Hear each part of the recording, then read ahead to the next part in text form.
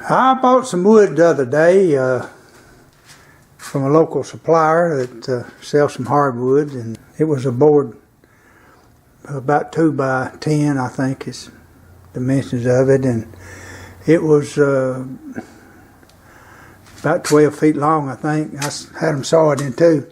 It's got some pretty nice curl in it.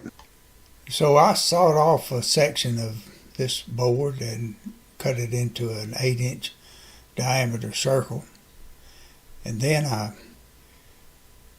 made me a pattern of the walls of this thing, and sawed 3 pieces of the pattern out to form a 8-inch diameter outside circle.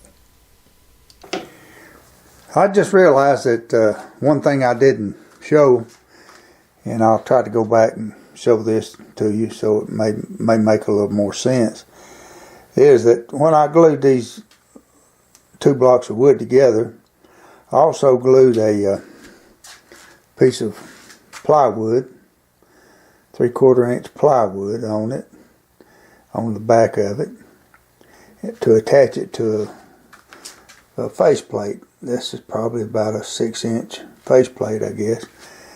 And I put a piece of paper between it, and that way when you get finished you can separate that out and clean the glue off. I didn't plan to make a video out of this. I've put some wood turning videos on. I don't claim to be a expert wood turner. I'm just learning, and I usually make these bowls and give them to my wife. Here's some footage that I've sped up quite a bit, showing me starting out the turning process. It's pretty boring to watch somebody turn for a long period of time on a lathe.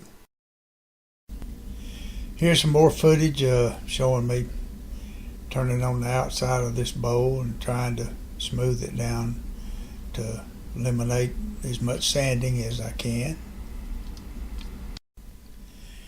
Here's a video sped up quite a bit showing us sanding on the outside of this thing. We like to kind of get the outside shape to close to our final dimensions before we start on the inside. Here's some more footage that's been sped up quite a bit and showing us turning the inside of the bowl and measuring to see if we had the depth right.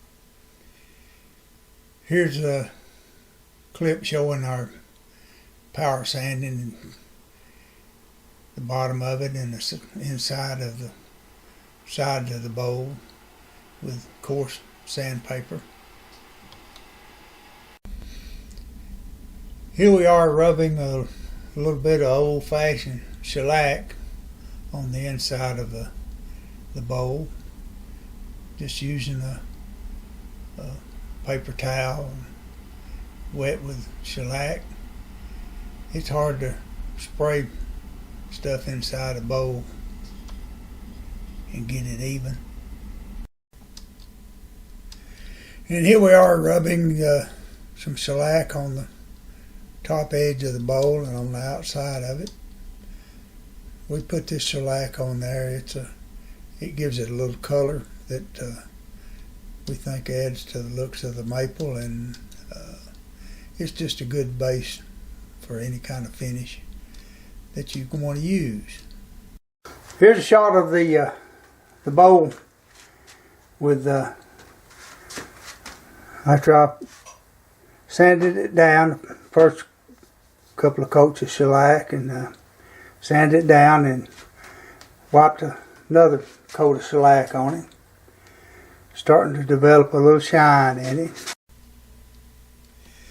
Now we've separated the bowl from the backing plate that we had glued on with the